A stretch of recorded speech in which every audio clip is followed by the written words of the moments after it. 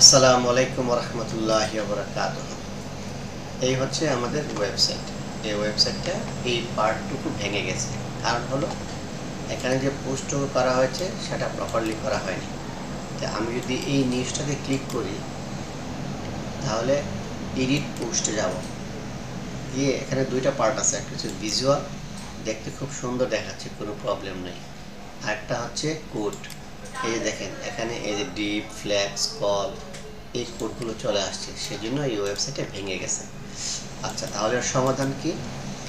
আমরা যখন নিউজটা কপি করে নিয়ে আসি, ধরেন এটি আমি কন্ট্রোল এ দিয়ে সিলেক্ট করলাম, কন্ট্রোল সি দিয়ে কপি করলাম, করার পর কন্ট্রোল ভি দিয়ে স্বভাবতই আমরা পেস্ট করি, কিন্তু এখানে পেস্ট করতে হবে কন্ট্রোল শিফট ভি।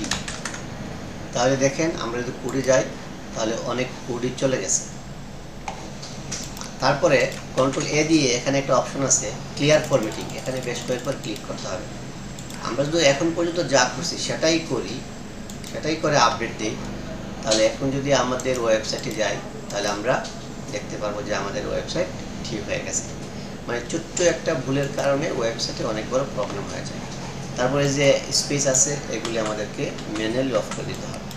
তার মানে হচ্ছে আমরা যদি কোনো ওয়েবসাইট থেকে নিউজ কপি করে আনি তাহলে আমাদেরকে প্রপারলি আমাদের ওয়েবসাইটে পেস্ট করতে হবে।